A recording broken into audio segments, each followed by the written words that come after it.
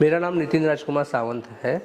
मैं 17 साल से पर्सनल फाइनेंशियल सर्विसेज में काम कर रहा हूँ। हमने 10 साल पहले SEBI registered investment advisor license लेके प्रैक्टिस कर रहे हैं। मैंने क्वालिफिकेशन MBA फाइनेंस किया है। देन प्रोफेशनल एजुकेशन मैंने सर्टिफाइड फाइनेंशियल प्लानिंग करके FPSB financial planning standard board India से लिया है। मैं एक फाउंडर मेंबर हूँ association of registered investment advisors in India.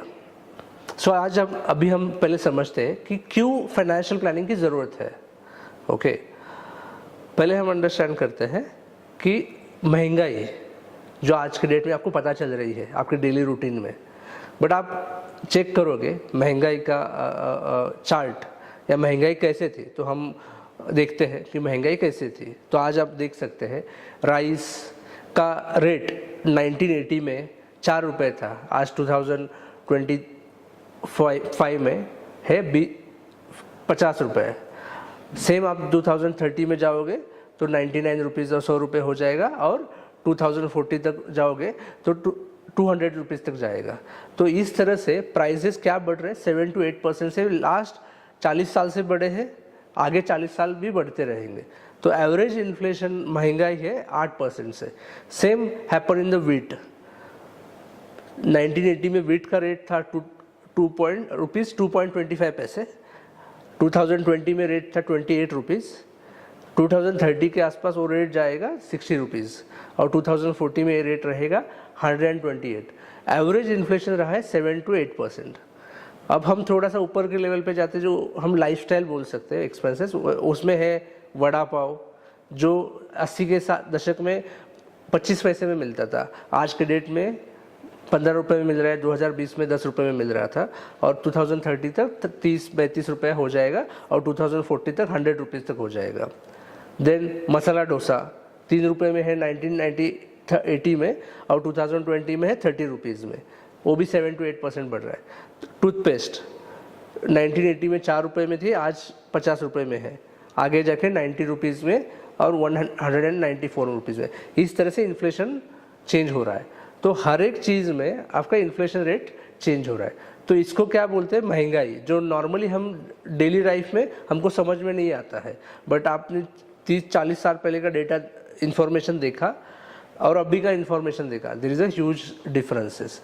तो पहले फाइनेंशियल प्लानिंग की ज़रूरत क्यों नहीं थी, उसका रीज़न है कि interest rate, one of the changes in inflation rate and interest rate. तो हमने इन्फ्लेशन समझ लिया, अभी हम इंटरेस्ट रेट समझते हैं। 2000 में रेट ऑफ इंटरेस्ट था 15%, 16%, और आज का इंटरेस्ट रेट है 7% to 8%। तो क्या हो रहा है, तो रियल रिटर्न में इम्पैक्ट हो रहा है। तो रियल रिटर्न मतलब क्या है, एक हम अंडरस्टैंड करते हैं। 2015 में 2000 या 1997 के टाइम आपको पता होगा 5 साल में पैसे डबल होते थे। ओके, ये तो पता नहीं, याद नहीं रहेगा आपके लाइफ में कि 15% रेट ऑफ इंटरेस्ट था, बट ये तो पता रहेगा सबके लाइफ में, सुना भी होगा 5 साल में पैसे डबल होते थे। तो कोई भी चीज़ 5 साल में डबल हो रहा है तो अप्रॉक्सीमेटली 15% रेट ऑफ इंटरेस्ट था। बट आज के डेट में आपने देखा होगा आफ्टर 25 ईयर्स आज इंटरेस्ट रेट 7 to 8% के आसपास है। तो उस टाइम 15% था इंटरेस्ट रेट, और उस टाइम महंगाई जो थी, वो हमारे पास डेटा है, वो थी अप्रॉक्सीमेटली 4 to 5%।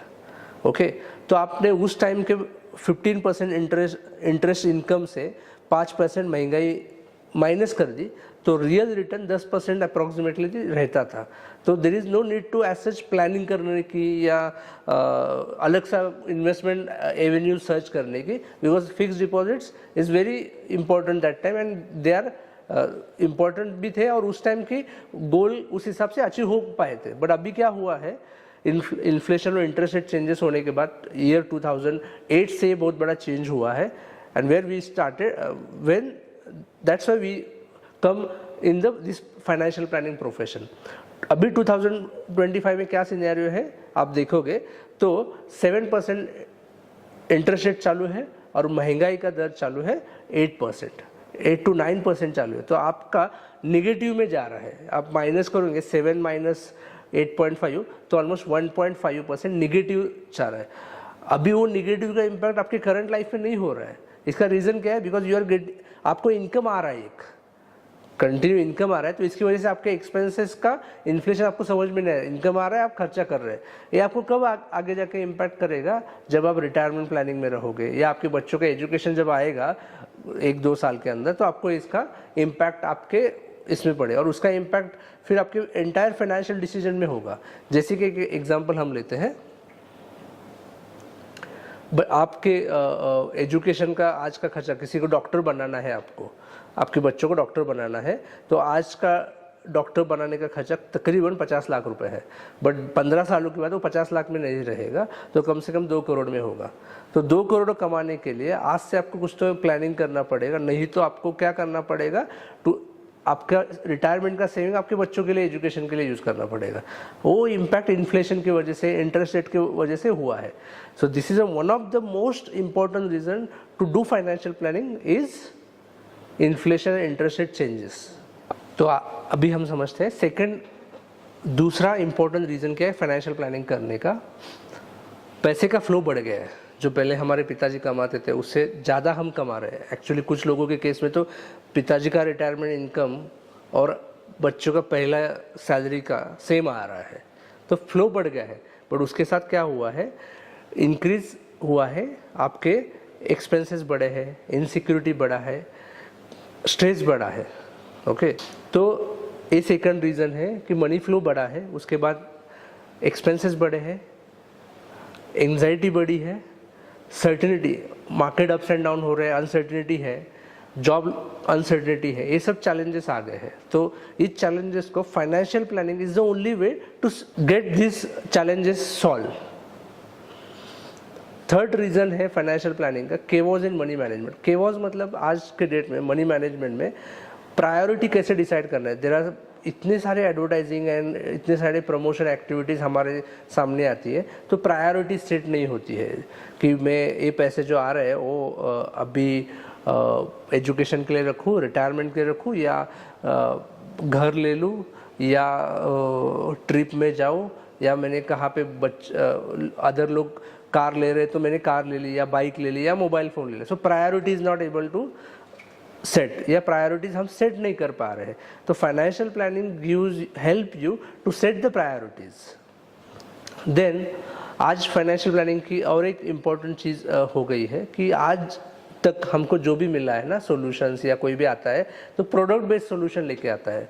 तो हमारे फ्रेंड रहेंगे, रिलेटिव रहेंगे, या बैंकर रहेगा, या एजेंट रहेगा, हमको एक प्रोडक्ट लेके आते हैं, या जैसे कि आप LIC में डालो, या इंश्योरेंस प्रोडक्ट में डालो, या म्यूचुअल फंड में डालो, या शेयर्स में हमको बहुत सारे एडवर्टाइज आती है आज के डेट में टीवी के ऊपर कि आप ऐप डाउनलोड करके ट्रेडिंग कर सकते हैं या इन्वेस्ट कर सकते हैं। So these are the product जो है वो सब फाइनेंशियल प्रोडक्ट है, बट आपकी ज़रूरत है, आपके गोल से वो पर्सनल फाइनेंस में आती है।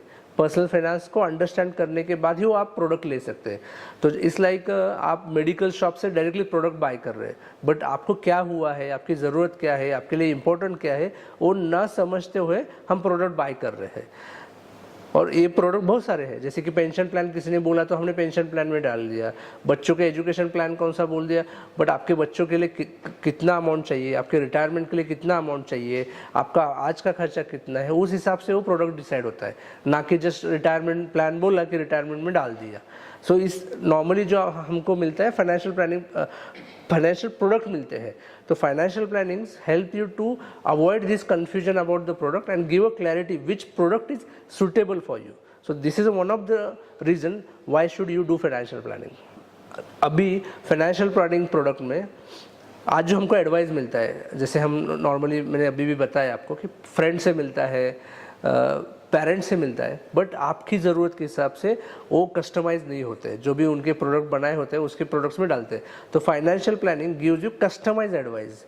जैसे कि आपका खर्चा आज के डेट में 20,000 रुपये है, तो 20,000 से कैसे प्लानिंग करनी चाहिए। आपका खर्चा समझो 1 लाख रुपये, वो किस हिसाब से प्लानिंग करनी चाहिए। आज के डेट में आपके लोन चालू है तो किस हिसाब से प्लानिंग करनी चाहिए। Then the last important point कि क्यों फाइनेंशियल प्लानिंग की ज़रूरत है। आज जो भी हमको एडवाइस मिलता है, कोई तो बायस अप्रोच से मिलता है। आप रियल इस्टेट एजेंट के पास जाते हैं तो हमेशा उसका अप्रोच रहता है कि वो प्रोडक्ट, रियल इस्टेट प्रोडक्ट आपको बेचे। एक म्यूचुअल फंड डिस्ट्रीब्यूटर के पास जाते हैं तो हमारा अप्रोच रहता है म्यूचुअल फंड सेल करने का। एक स्टॉक ब्रोकर के पास जाते हैं तो स्टॉक्स सेल करने का या ब्रोकरिंग अकाउंट सेल करने का। एक बैंकर के पास जाते हैं तो बैंक अकाउंट प्रोडक्ट सेल करने का। आप एक ज्वेलर्स के पास जाते हो तो ज्वेलर्स प्रोडक्ट सेल। ये every person have their own interest, हर एक का खुद का एक इंटरेस्ट लगा है वो प्रोडक्ट सेल करने में। उसको ये अंडरस्टैंड नहीं हो रहा है कि आपको ज़रूरत क्या है और वो ज़रूरत के हिसाब से ये प्रोडक्ट कौन सा सूटेबल आपके लाइफ में है वो नहीं रिकमेंड कर रहे हैं। आप जब फाइनेंशियल प्लानिंग करते हैं तब फाइनेंशियल प्लानर आपका एक अंडरस्टैंडिंग करता है आपकी ज़रूरत क्या है, आपके गोल्स क्या है, उसकी प्रायोरिटीज़ क्या है, उस हिसाब से आपको प्रोडक्ट रिकमेंड करता है। देन आपको ये हेल्प होता है कि आपके सूटेबल के, आपकी ज़रूरत के अनुसार कौन सा प्रोडक्ट आपके लिए अच्छा है। So that is why a financial planning is very important in your life. So अभी हम समझते हैं कौन से कॉमन फाइनेंशियल प्रॉब्लम्स है। तो है पुअर सैलरी है, सैलरी इनकम नहीं है, जो पगार आ रहा है वो इतना ज़्यादा नहीं है। मंथ एंड प्रॉब्लम है, बजटिंग नहीं है, इसलिए मंथ एंड में कितना पैसा चाहिए प्लानिंग नहीं है तो मंथ एंड में खर्चे के चैलेंजेस आते हैं। सेविंग्स नहीं है, जो ज़रूरत है तब हम लोन निकाल रहे हैं, बच्चों के एजुकेशन से लेके ट्रैवल करने के लिए लोन निकाल रहे हैं। देन लोन डेट बढ़ रहा है, पर्सनल लोन ले रहे हैं, लोन होम लोन है तो डेट बढ़, बैंक पहले जब हम बैंक में जाते तो लोन आपको पूछना पड़ता था, आज बैंकर आपके घर में आके लोन ले रहे हैं। देन टैक्स प्लानिंग नहीं प्रॉपर हो रहा है तो टैक्स बर्डन्स ज़्यादा है इनकम के वजह से। And returns on investments are poor. So these are the common problems आज के डेट में हम फेस कर रहे हैं सब जन। इसमें से एक किसी को सूटेबल है, एक किसी को नहीं है, बट मोस्ट ऑफ द, आज मैं 17 साल से इस प्रोफेशन में हूँ तो मैंने ये प्रॉब्लम कॉमन देखे, सबके केस में हो रहे हैं ये प्रॉब्लम। मैं जो प्रैक्टिस कर रहा था तो मुझे मेजॉरिटी रियलाइज़ हुआ कि most of the time insurance products are sell by the agents और बैंकर्स, और वो इंश्योरेंस प्रोडक्ट वो इन्फ्लेशन को बीट नहीं कर रहे हैं। मतलब not more than any, most of the traditional insurance policies give return 4 to 6%।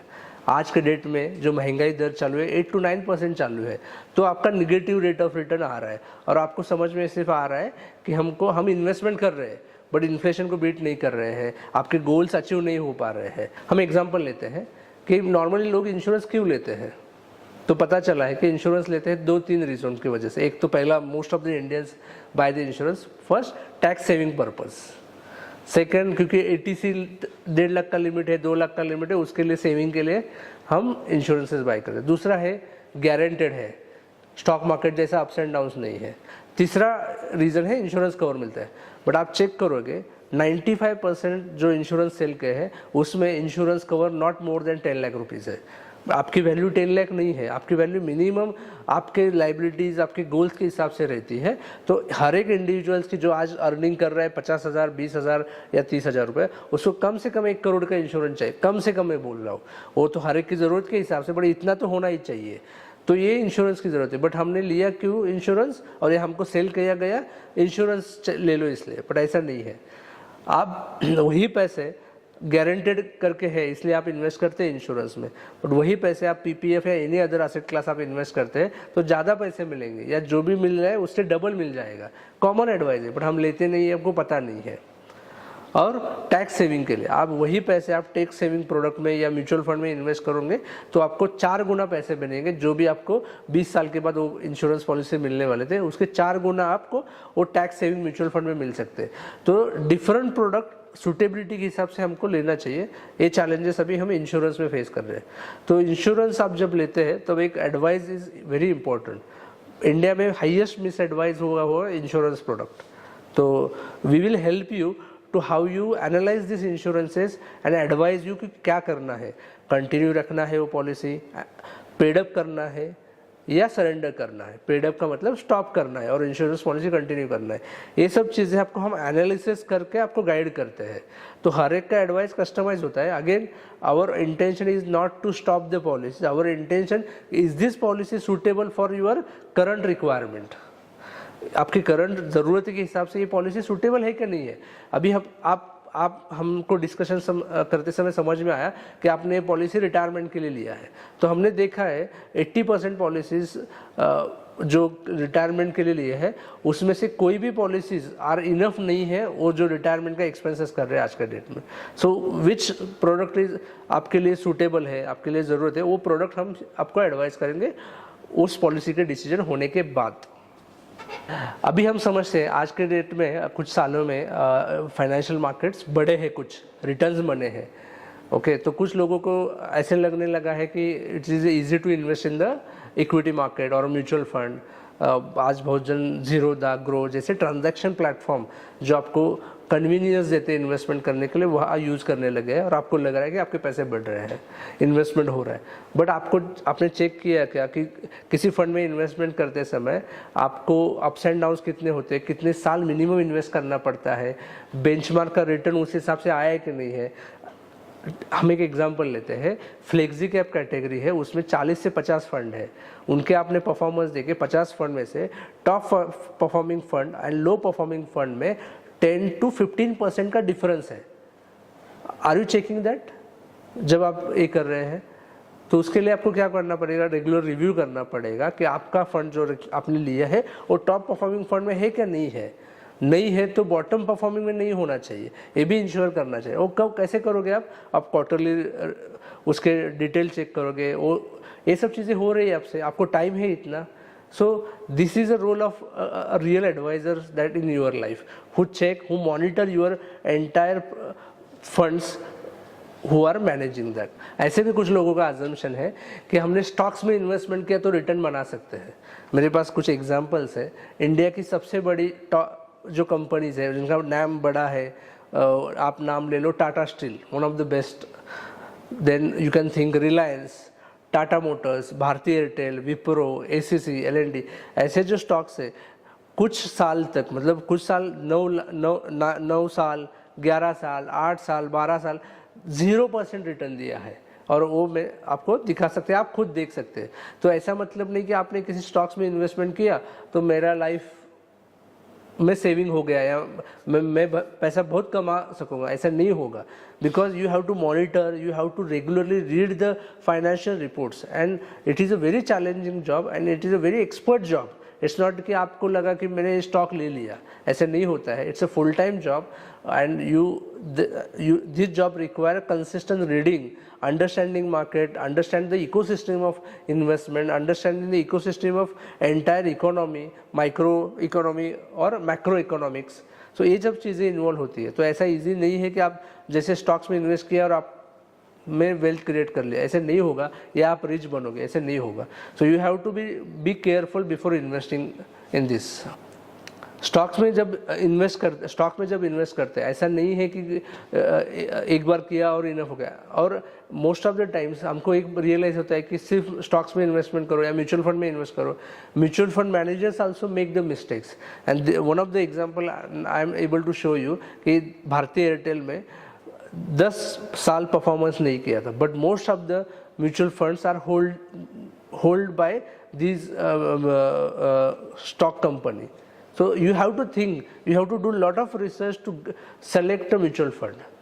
So that's a role of a real advisor who unbiased to you, because commission दे के product बेचने में ये चेकिंग नहीं होता है। आपको पता भी नहीं चलता कि आपका जो पैसा आज इन्वेस्ट हो रहा है वो कितना कमीशन आप सामने वाले को दे रहे हैं। वो रेंज है 1% से लेके 30% तक कमीशन दिया जाता है फाइनेंशियल प्रोडक्ट में। तो 1% म्यूचुअल फंड में मिलता है, 5% IPO में मिलता है, या 30% कमीशन ट्रेडिशनल पॉलिसी में मिलता है। तो ये हम देखते नहीं है और हमको लगता है कि उन्होंने हमको एडवाइस दिया। तो सेबी रजिस्टर्ड एडवाइजर जो है, जो पर्सनल फाइनेंस में काम करे स्पेशली, तो वो फी बेस के ऊपर काम करते हैं, जिससे उनका इंटरेस्ट आपको बड़ा करने में है, ना कि just selling a product. And you are get charge by the advisor monthly basis, quarter basis और ईयरली बेसिस। तो definitely he is ethical responsibility to give a proper research before advising you, and that we are doing last 17 years. अब हम समझते हैं कि most of us हम कैसे invest करते हैं। तो उसमें आता है फर्स्ट सबसे कब हम इन्वेस्ट करते हैं, हार्ड सेलिंग। कोई आपके घर में आता है, आपको पुश करता है, आपके एडवर्टाइज देखते हो, फिर हम इन्वेस्ट करते हैं। वो स्टार्टिंग फ्रॉम प्रॉपर्टी के एडवर्टाइज जो हमको बड़े बड़े होर्डिंग में दिखते हैं, हम प्रॉपर्टी में इन्वेस्ट करते हैं। It's a hard selling, promotion, social media के प्रमोशन एड्स, उसके बाद हम कुछ इन्वेस्ट करते हैं। या हम बाद में आते हैं, कोई तो हमें इमोशनल करता है, जैसे कि बच्चों के लिए इन्वेस्ट करो, आपके रिटायरमेंट के लिए इन्वेस्ट करो। देन आता है हम कब इन्वेस्ट करते हैं, देन एक्सपायरिंग स्कीम, ये एक्सपायर होने वाला है स्कीम, आपको बड़े बड़े होर्डिंग दिखाया जाते हैं कि एक्सपायर होने वाला है स्कीम, तब आप इन्वेस्ट करते हो। देन सबजन कर रहे हैं, उसके एग्जांपल तो बहुत सारे हैं। स्टार्टिंग फ्रॉम रिलायंस का, जब रिलायंस का पावर का आईपीओ आया था, सब जन कर रहे हैं तो इसलिए हम कर रहे हैं। या कुछ दिन पहले क्रिप्टो करेंसीज में सब कर रहे हैं कि हम इसलिए कर रहे हैं। देन 2005 से लेकर 2015 तक प्रॉपर्टी में सब जन कर रहे हैं तो हम कर रहे हैं। देन इनकम टैक्स की डेडलाइन आ गई, या इनकम टैक्स का रिटर्न फाइल करना है, टैक्स सेविंग बचाना है, तब हम इन्वेस्ट करते हैं। सो हम इन्वेस्ट कब कर सकते हैं, दीज आर एंड लास्ट कि किसी ने फ्री एडवाइस दिया आपको, तब आप इन्वेस्ट करते हैं। So these are the reason normally we do investment.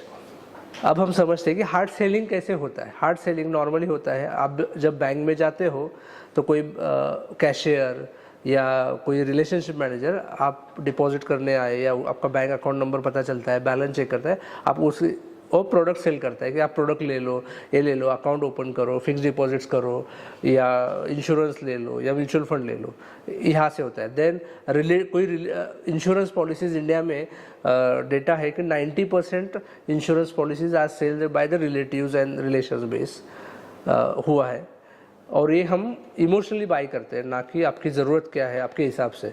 तो ये हार्ड सेलिंग होता है, और तब हम इन्वेस्ट करते हैं किसी भी इंस्ट्रूमेंट में, किसी भी साधन में। अभी हम समझते हैं नॉर्मली फैमिलीज क्यों फेल हो रहे हैं फाइनेंशियल लाइफ में। तो one of the major reason है कि क्यों हम इन्वेस्ट कर रहे हैं, वो क्लैरिटी नहीं है। कब रिटायर होना, एक क्लैरिटी नहीं है। बच्चों के एजुकेशन के लिए कितना पैसे लगने वाला, एक क्लैरिटी नहीं है। कि कौन सा इंश्योरेंस लेना चाहिए, वो क्लैरिटी नहीं है। कब इंश्योरेंस क्लेम करना चाहिए, कैसे करना चाहिए, ये पता नहीं है। फाइनेंशियल एजुकेशन नहीं है। पावर ऑफ अटॉर्नी क्या रहता है, ये सब चीज़ें मिसिंग है। And these are the some of the reason, उसकी वजह से फैमिलीज फेल हो रही है पर्सनल फाइनेंस लाइफ में। तो हम अंडरस्टैंड करते हैं कि हम कैसे सिक्योर हो सकते हैं आगे। अब हम समझते हैं कि एक फैमिली की आइडियल फाइनेंशियल लाइफ कैसे होनी चाहिए।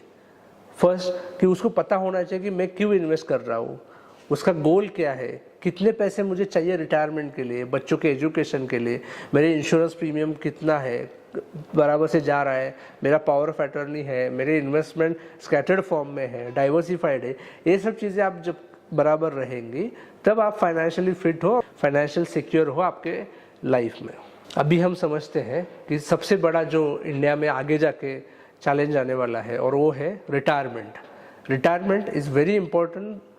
हर एक के फैमिली लाइफ में रिटायरमेंट आने वाला है, और रिटायरमेंट के लिए आज के डेट में लोन नहीं मिलता है। तो you have to plan early with a proper manner. अभी हम समझते हैं कौन से इश्यूज़ है रिटायरमेंट में। तो सबसे इम्पोर्टेंट इश्यूज़ है रिटायरमेंट प्लानिंग नहीं हुआ तो, या अभी क्यों इम्पोर्टेंट है, पहले ज़रूरत नहीं थी। तो उसमें से एक है कि न्यूक्लियर फैमिलीज। पहले जब हम रहते थे तब जॉइंट फैमिली में रहते थे। आज हम न्यूक्लियर फैमिली में, या सिर्फ हस्बैंड वाइफ और बच्चे, इतना ही फैमिली हो गया है। इसकी वजह से रिटायरमेंट का प्लानिंग आपको खुद करना है। जब आप जॉइंट फैमिली में रहते तो हम सब एक जन का खर्चा भी डिवाइड होता था, एक्सपेंसेस भी कम थे, पर आज के डेट में वो नहीं है। दूसरा कि इंडिया में जो रिटायरमेंट प्लानिंग की ज़रूरत है, क्योंकि पेंशन्स, एक तो नो पेंशन है या पुअर पेंशन है। पेंशन जो भी आ रहा है वो महंगाई के लिंक नहीं है, महंगाई के हिसाब से बढ़ नहीं रही है, या मोस्ट ऑफ द केसेस में पेंशन ही नहीं है। आज डेवलप कंट्रीज जैसे यूएस या अदर डेवलप कंट्रीज है, या इंग्लैंड, वहाँ पे इंश्योरेंस पेंशन्स है जो रिटायर हुए हैं उनको गवर्नमेंट के एंड से, गवर्नमेंट उनको पेंशन मनी देता है टू सर्वाइव। इंडिया में वैसे चीज़ नहीं है। यू हैव टू आपको खुद को इसका खुद प्लानिंग करना चाहिए for pension purpose. So retirement planning is one of the second reason is कि no pension on poor pension. Third reason है रिटायरमेंट प्लानिंग का या रिटायरमेंट इशू को हैंडल करना क्यों ज़रूरी है। एक लाइफस्टाइल एक्सपेंसेस इंक्रीज हो गए हैं। तो लाइफस्टाइल एक्सपेंसेस कौन से इंक्रीज हुए हैं वो देख सकते हैं कि आज पहले हम चपाती भाजी खाते थे तो 20-25 रुपए में मिलता था या 50 रुपए में मिलता था। आज हम मैकडोनल्ड में जाते हैं, ओके, देन डोमिनोज में जाते हैं। ये लाइफस्टाइल इंक्रीज एक्सपेंसेस बढ़े हैं जो पहले नहीं थे, ये इम्पोर्टेंट है। देन लाइफस्टाइल डिसीजेस आई है जो पहले नहीं थी। तो लाइफस्टाइल डिसीजेस में डायबिटीज़ है, देन आपके बीपी है, ये सब चीज़ें हैं, ये लाइफस्टाइल डिसीजेस बढ़ी है। देन पहले लाइफ एक्सपेक्टेंसी इंडिया में कम थी एज़ कम्पेयर टू अभी। अभी नॉर्मल एज ऑफ लाइफ, जब इंडिया इंडिपेंडेंट हुआ था, भारत जब स्वतंत्र हुआ था, तब एवरेज लाइफ एक्सपेक्टेंसी थी तकरीबन 30 to 40 एज। आज के डेट में लाइफ एक्सपेक्टेंसी है 70 to 80 ईयर्स। तो लाइफ का पीरियड बढ़ रहा है, ओके, जो पहले नहीं होता था। देन क्वालिटी ऑफ लाइफ, आज आप सिटी में रहते हैं, most of the people, the life of quality is deteriorated और कम हुई है क्वालिटी ऑफ लाइफ का एनवायरनमेंट की वजह से। सो दीज आर द, ये सब चीज़ें इंपॉर्टेंट है रिटायरमेंट प्लानिंग के लिए।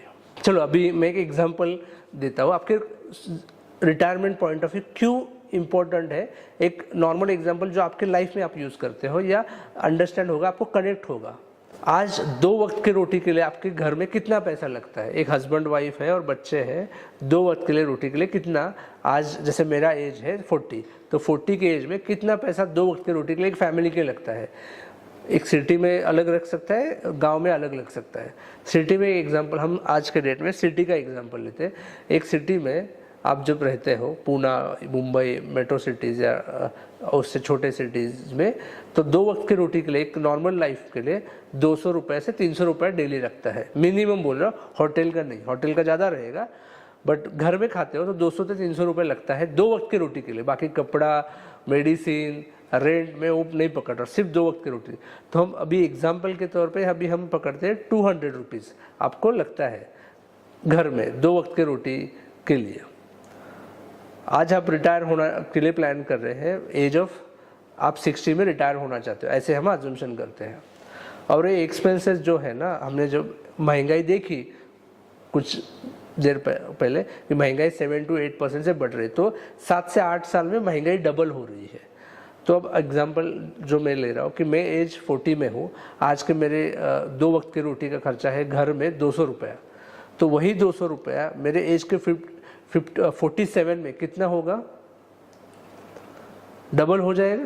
मैं 7 to 8 साल में डबल कर रहा हूँ तो बरोबर, तो एज ऑफ 40 वो मेरा 2 वक्त की रोटी का 400 रुपीज़ हो जाएगा। उसमें हम ऐड करते हैं 7 साल ऐड करते हैं, तो एज ऑफ मेरे एज के 53 में वो खर्चा होगा 800 रुपीज़। 400 का बढ़ के डबल करता हूँ मैं, 800 रुपीज़ होगा। तो एज ऑफ मेरे एज के 53 में मेरे 2 वक्त की रोटी के लिए 800 रुपये लगने वाला है। उसमें मैं और एक 7 साल ऐड करता हूँ तो एज होता है मेरा 61। तो क्या होगा मेरा 2 वक्त की रोटी का खर्चा तकरीबन 1600 रुपये। सो मेरे को पर डे 2 वक्त की रोटी के लिए मुझे लगेगा 1600 रुपये।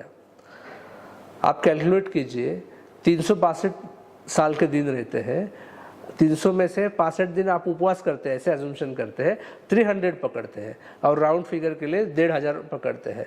तो 1500 इंटू 300 डेज अप्रॉक्सीमेटली कैलकुलेशन होता है 4.5 लाख रुपए आपको 2 वक्त की रोटी के लिए आपको एज ऑफ 60 मिलता है, लगता है मिनिमम।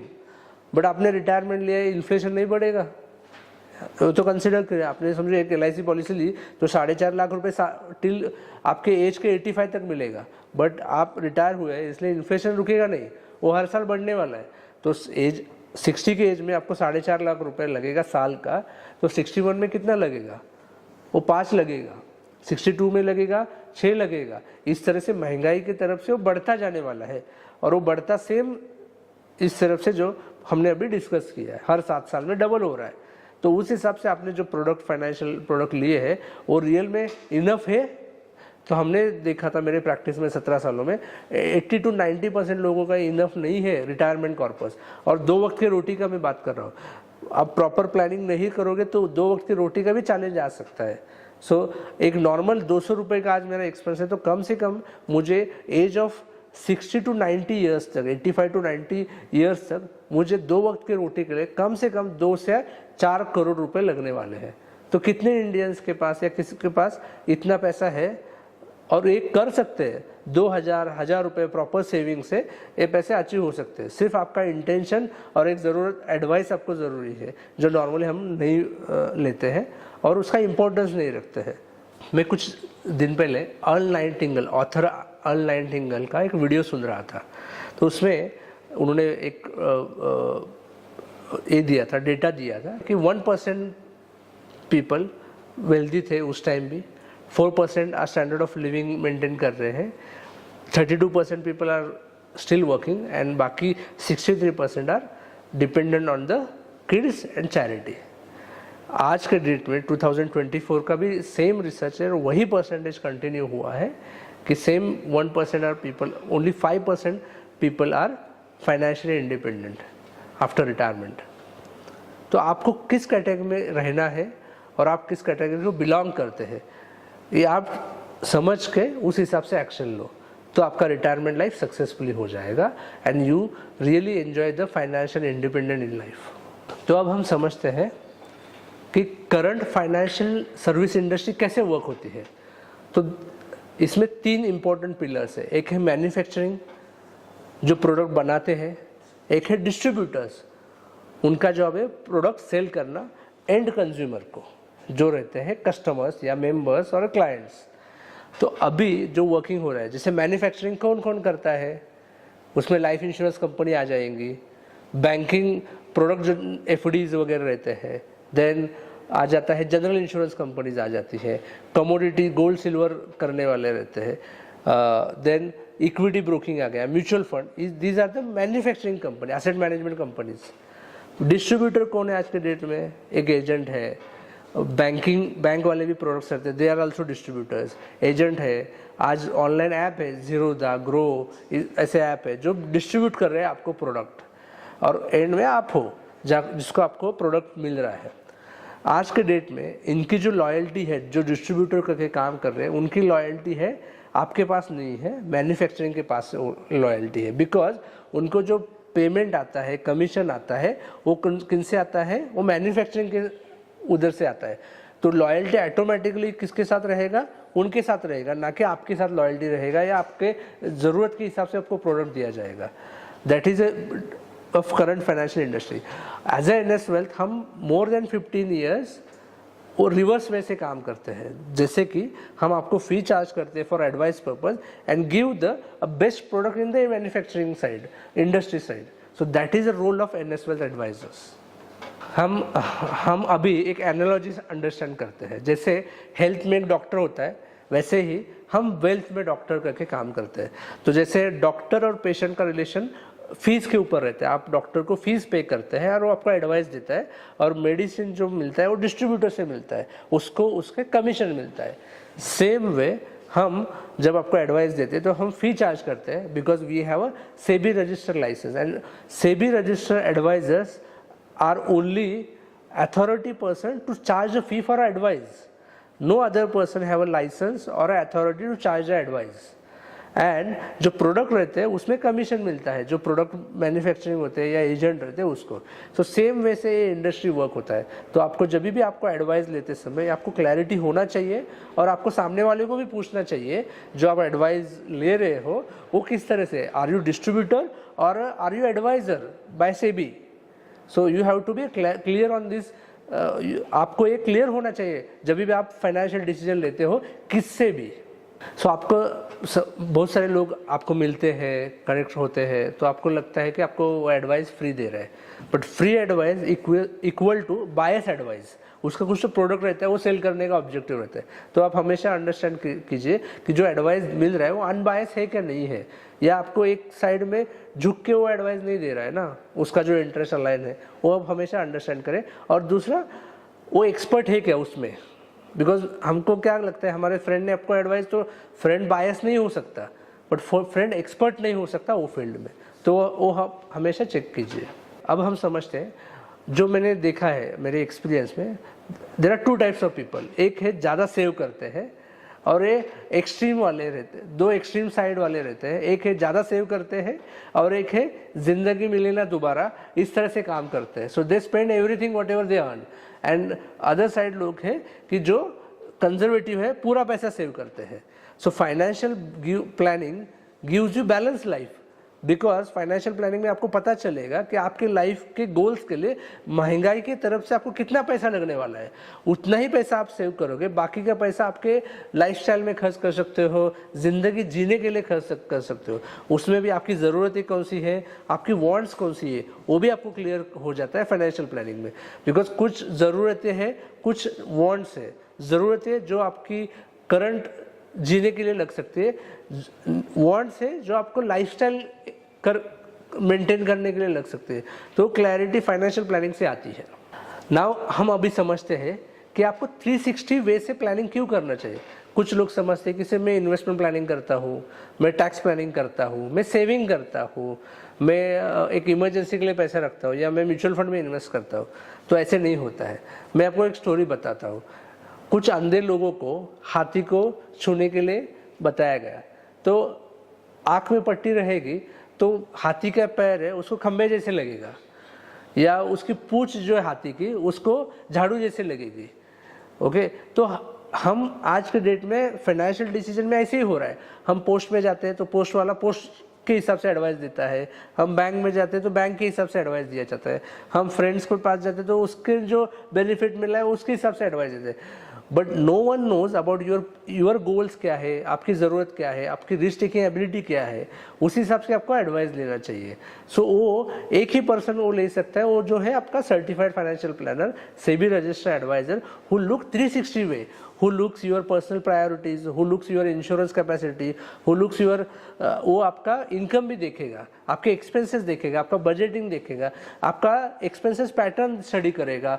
1-2 साल के साथ रहेगा तो आपको समझ में आएगा आप किस तरह से आपका बिहेवियर है, ये अंडरस्टैंड करेगा, देन आपको एडवाइस देगा, उस हिसाब से चलना आपको सिखाएगा पर्सनल लाइफ में। आप ज़्यादा रिस्क लेने वाले रहेंगे तो आपको बोलेगा कम रिस्क ले लो, आप कम रिस्क लेने वाले रहेंगे तो आपको बोलेगा ज़्यादा रिस्क ले लो।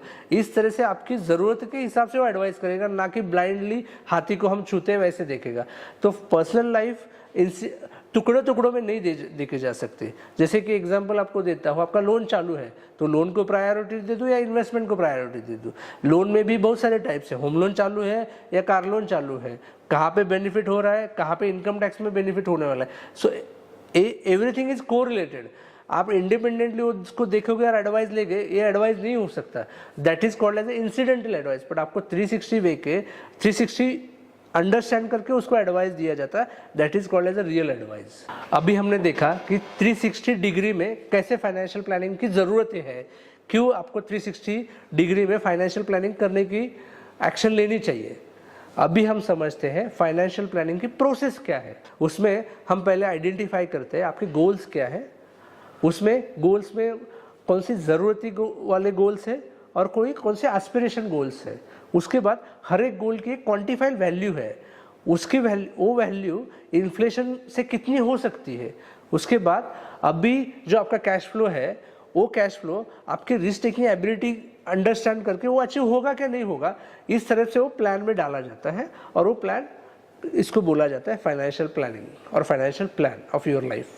अभी हम समझते हैं कि एक फाइनेंशियल प्लानिंग करते समय कौन सी प्रोसेस हम फॉलो करते हैं और उससे आपको बेनिफिट कैसे होता है। तो फाइनेंशियल प्लानिंग की बेसिक प्रोसेस है और उसमें फर्स्ट हम करते हैं फाइनेंशियल एडवाइज़र को जुड़ने से पहले जो फाइनेंशियल एडवाइस आपने लिया है वो क्या स्टेज पे है, बराबर चल रही है, उसमें कुछ चैलेंजेस है। जैसे कि आपने लिया होगा लोन, ओके, तो लोन का रेट ऑफ इंटरेस्ट क्या चालू है, नॉर्मली लोग नहीं चेक करते कि लोन का रेट ऑफ इंटरेस्ट क्या है। नॉर्मली मैं जब पूछता हूँ कि आपका बैंक का रेट क्या चल रहा है, होम लोन का रेट क्या चल रहा है, तो कोई बताता है 8%, कोई बताता है 9% या 10%। तो हर एक का रेट का कम्युनिकेशन डिफरेंट रहता है। बट हम जब एनालिसिस करते हैं स्टेटमेंट, तो हमको पता चलता है कि वो जो बोल रहे हैं और एक्चुअली रेट ऑफ इंटरेस्ट चल रहा है वो डिफरेंट है। ये क्यों हो रहा है? बिकॉज ऑफ वो हम देखते ही नहीं है रेट ऑफ इंटरेस्ट। सीए भी नहीं देखता, सीए को सिर्फ स्टेटमेंट आपका इंटरेस्ट कितना लगा है वो सिर्फ टैक्स बेनिफिट लिया हो, but actually rate of interest क्या चालू है आपको ये नहीं चेक किया जाता कोई भी। तो हम वहाँ पे चेक करते हैं। आपने जो कुछ इंश्योरेंस पॉलिसीज रहती है वो आप कितने साल से प्रीमियम पे कर रहे हो, वो बराबर है क्या नहीं है।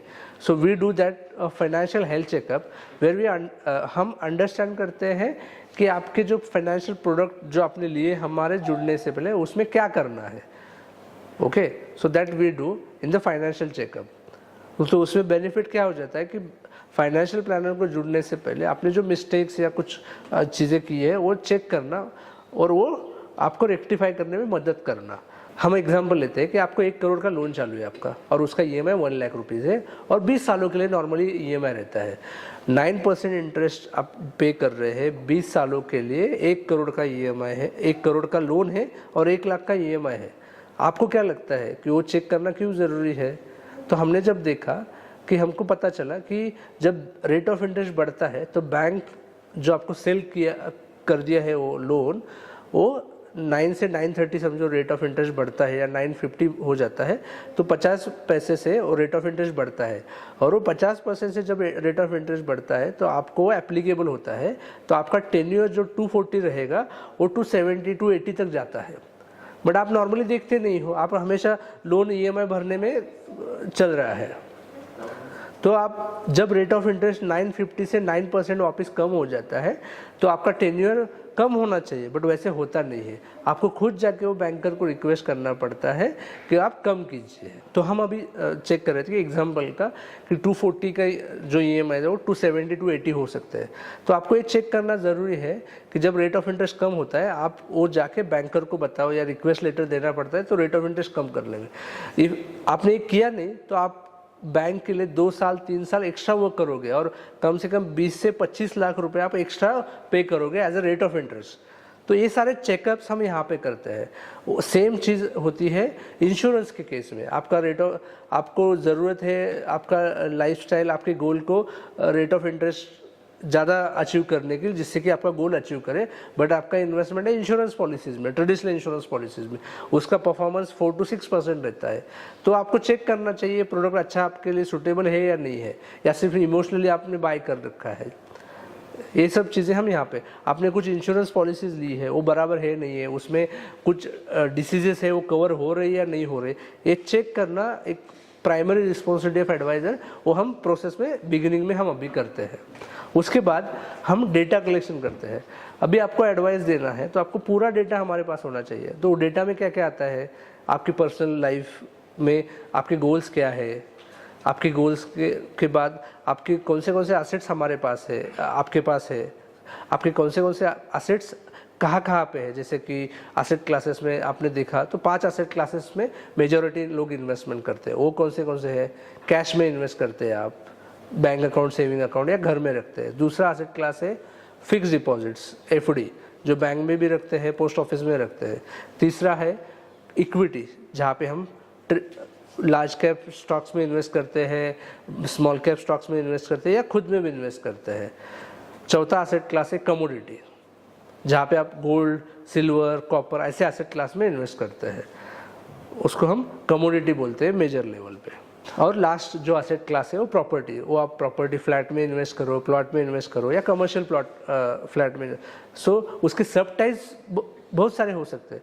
तो डेटा लेके कब लिया आपने, उसका इनकम टैक्स में कब क्या इम्पैक्ट होगा, आप जब सेल करोगे तो कितना इम्पैक्ट, वो सब इन्फॉर्मेशन हम लेते हैं। उसके बाद आपका इनकम सोर्स क्या है, आप में सैलरी में बाइफर्फिकेशन क्या है, उसका इनकम टैक्स कितना जाता है, because we help you to tax planning also. So all this detail we check. आपका कार इंश्योरेंस चालू है, कार कौन से एड्रेस में है, आपका पैन कार्ड है वो कौन से एड्रेस में अटैच है, आपका पासपोर्ट कब एक्सपायर होने वाला है, आपके बजट में आपके एक्सपेंसेस कहाँ कहाँ पे जा रहे हैं, जैसे कि आपको ग्रोसरी कितना जा रहा है, आपको मेड के लिए कितना पैसे जा रहे हैं, आप डाइनिंग के लिए कितना मंथली एक्सपेंसेस कर रहे हैं, ये बजटिंग भी हम डेटा में करते हैं आपका। और इतना हमने सिस्टम हमारा सिस्टमेटिक वे ने प्लान किया है कि आपने समझो बजट किया कि महीने का आपका 5,000 रुपये बजट है एंड आपने 4,500 रुपये स्पेंड किया, खर्चा किया, तो हमारे सिस्टम से आपको ट्रिगर मेल आ जाता है कि you have spend 80% of your budget, so be alert.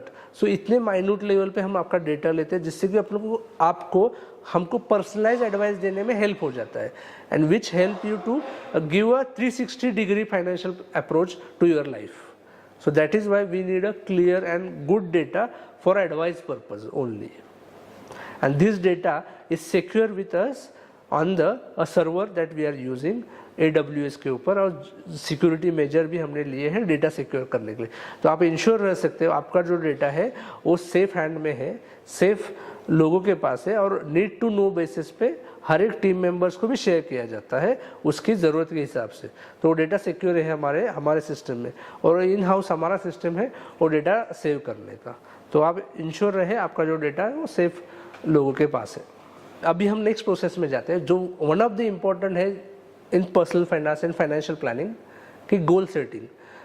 95% लोगों के पास गोल्स ही नहीं है। क्यों वो लोग इन्वेस्ट करना चाहते हैं, पर्पस ऑफ लाइफ क्या है, क्यों सुबह उठते हैं, इसका रीज़न क्लैरिटी नहीं है। आपको क्लैरिटी मिल जाता है कि मैं लाइफ में क्यों पैसे कमा रहा हूँ, क्यों इन्वेस्ट करना रहा हूँ, तो ऑटोमेटिकली आपके गोल सेट होते हैं। तो फाइनेंशियल प्लानर का रोल है आपकी लाइफ के गोल सेट करना। It's an important process of your life which help you define your goals in career, define your life, why you are living this life.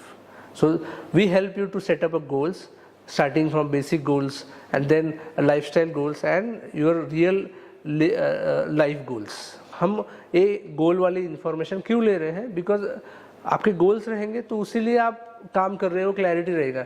नहीं तो मैंने देखा है 16-17 सालों में कि लोग सिर्फ रैट रेस की तरह भाग रहे हैं, क्यों कमा रहे हैं, कितना कमाना ज़रूरी है वो समझ में नहीं आ रहा है। और वो आपके गोल्स के लिए काम करो, ना कि बाजू वाले के गोल्स के लिए। उसने कार लिया इसलिए मैंने कार लिया, उसने ये परचेस किया इसलिए मैंने किया। और मैंने देखा है कि we normally compare with others, but आपने गोल सेट किया ना तो आपके गोल्स पे आप फोकस कर पाओगे। इसलिए ये इंपॉर्टेंट स्टेप्स है कि to setting a financial goals in life, और it is a very important part, because हर एक गोल के लिए पैसे लगते हैं, और पैसे रहेंगे तो ही आप अचीव कर पाओगे और हैप्पी रहोगे पर्सनल लाइफ में। अभी हम नेक्स्ट प्रोसेस देखेंगे, cash flow analysis. Cash flow analysis मतलब आपका जो कैश आ रहा है वो कहाँ से आ रहा है। हर एक का कैश आने का या इनकम आने का वेज अलग अलग है। एक बिजनेसमैन रहेंगे तो उसके कैश फ्लो कंसिस्टेंट नहीं रहेंगे, सैलरी रहेंगे तो उनके कैश फ्लो जो है वो मंथली आते हैं। हर एक का पैटर्न क्या है एक्सपेंसेस का, कहाँ पे जा रहे हैं, तो उसका हम एनालिसिस करते हैं बजटिंग में। तो कोई जॉब में है वो हाई रिस्क की जॉब में है, जैसे कि IT सेक्टर में जॉब जाते हैं, कभी भी जा सकते हैं, इस काइंड ऑफ। कोई गवर्नमेंट जॉब में है तो हर एक का कैश फ्लो एनालिसिस करके उस हिसाब से रिस्क प्लानिंग उसका कैश फ्लो एनालिसिस करते हैं हम। उसके बाद एक हम रिस्क प्रोफाइल टेस्ट लेते हैं। What is mean by risk profile test? Risk profile means understanding your risk taking ability. तो नॉर्मली हम किसी को एडवाइस देते हैं तो हम बोलते हैं कि मैं रिस्क टेकर हूँ, आप मुझे रिस्क एसेट क्लास में ज़्यादा इन्वेस्ट करवाइए। बट ऐसे देखा गया है कि जब हम रिस्क प्रोफाइल करते हैं आपका, तो जब आप क्वेश्चन पूछे जाते हैं तो रियलाइज़ होता है कि you are a conservative person. तो मैं यहाँ पे एक एग्जांपल के तौर पे बताना चाहता हूँ। आप जब डॉक्टर के पास जाते हैं तो नॉर्मली डॉक्टर का आपको ब्लड चेक करके आपको बताता है कि विच गोली, कितनी पावरफुल गोली आपको सूटेबल है, और उस पावर के हिसाब से आपको गोली सजेस्ट करता है। सेम वे इन्वेस्टमेंट में भी कोई भी आता है और हमको पूछता है कि मुझे यहाँ पे इन्वेस्ट करता है, वहाँ पे इन्वेस्ट करना है, बट रिस्क प्रोफाइल नहीं हुआ तो हमको अंडरस्टैंड नहीं पाएगा कि आप कितना रिस्क टेकिंग एबिलिटी पर, आपकी रिस्क टेकिंग पावर क्या है। जैसे हेल्थ में हम ब्लड टेस्ट करते हैं, सेम वेल्थ मैनेजमेंट में, पर्सनल फाइनेंस में आपका रिस्क प्रोफाइल टेस्ट लिया जाता है। उससे आपका अंडरस्टैंड होता है what kind of personality you have, are you conservative person, are you moderate person, are you higher risk taker person. So it is a very important steps of financial planning and we ensure to understand your risk taking ability which really help you take a financial decisions without we don't move further. So this is one of the important steps of financial planning process. अभी हम समझते हैं next process of financial planning, deriving the expected return. ये word जो आया है deriving, it's a derive means हम set नहीं करते कि आपको रिटर्न कितना चाहिए आपके गोल्स अचीव करने के लिए, आप खुद ही सेट करते हैं। वो कैसे सेट होता है, हमने अभी जो प्रोसेस देखा, पहले हमने गोल अंडरस्टैंड किया, आपका कैश फ्लो अंडरस्टैंड किया, आपकी रिस्क टेकिंग एबिलिटी अंडरस्टैंड की, और उसके बाद उस तीनों पैरामीटर्स के ऊपर आपके एक्सपेक्टेड रिटर्न डिराइव करेंगे। एक एग्जांपल का देता हूँ, आप पुणे से मुंबई जा रहे हैं, एक 3 घंटे का मीटिंग है, आपको जाना है, तो 3 घंटे में आपको पहुँचना है, तो आपको कौन से स्पीड से आपकी कार चलानी चाहिए। समझो वो जर्नी है वो 300 किलोमीटर में है, 3 घंटे में आपको पहुंचना है, तो कौन से स्पीड में आप जाओगे पुणे से मुंबई। तो वो डिराइव कैसे हुआ, 300 किलोमीटर डिवाइडेड 3 आवर्स, तो आपको अप्रोक्सीमेटली 100 किलोमीटर पर आवर जाना पड़ेगा वो मीटिंग को रीच होना है। तो आप सेम वे आपके पर्सनल लाइफ में आपके गोल्स, बच्चों का एजुकेशन है, रिटायरमेंट के लिए, उसके लिए x पैसे आपको कमाने हैं, तो x रेट ऑफ रिटर्न से आपको अचीव हो रहा है, तो ज़्यादा रिस्क लेने की ज़रूरत नहीं है। आपको पता है, सेम एग्जाम मैंने जो अभी एग्जाम्पल है, आपको पता है कि 120 से जाके मैं रिस्क बढ़ा रहा हूँ, तो जाने की ज़रूरत नहीं है। आप 100 से पहुँच सकते हैं तो 100 के स्पीड से चलाओ मीटिंग करने, ज़्यादा रिस्क लेने की ज़रूरत नहीं। उल्टा भी हो सकता है, आप 80 से, आपको जाना है 100 किलोमीटर, अब आप 80 से चल रहे हो, तो क्या हो जाएगा, वो मीटिंग को लेट पहुंच जाओगे। सेम एग्जांपल आपके गोल्स के लिए, जैसे मैंने अभी बताया कि बच्चों के एजुकेशन के आपको 1 करोड़ सेव करना है, तो और आपका सेविंग रेट, आपका growth rate of investment returns वो अलग रेट से चल रहा है, तो आपको स्पीड बढ़ाना पड़ेगा, और ज़्यादा स्पीड चल रहा है तो कम करना पड़ेगा, क्योंकि ज़्यादा स्पीड से ज़्यादा रिस्क आता है। तो डिसाइड कब होता है, इस प्रोसेस में डिसाइड होता है कि आपका deriving the expected rate of return क्या होना चाहिए, और मैं डिसाइड नहीं करता, आप ही डिसाइड करते हैं ये तीनों पैरामीटर के, आपके गोल्स के ऊपर, आपके इनकम के हिसाब से, और आपकी रिस्क टेकिंग एबिलिटी के ऊपर। सो it is a very important part, because normally लोग जब इन्वेस्टमेंट करते हैं तो पहला क्वेश्चन पूछते हैं कि मुझे इन्वेस्टमेंट रिटर्न कितना मिलेगा।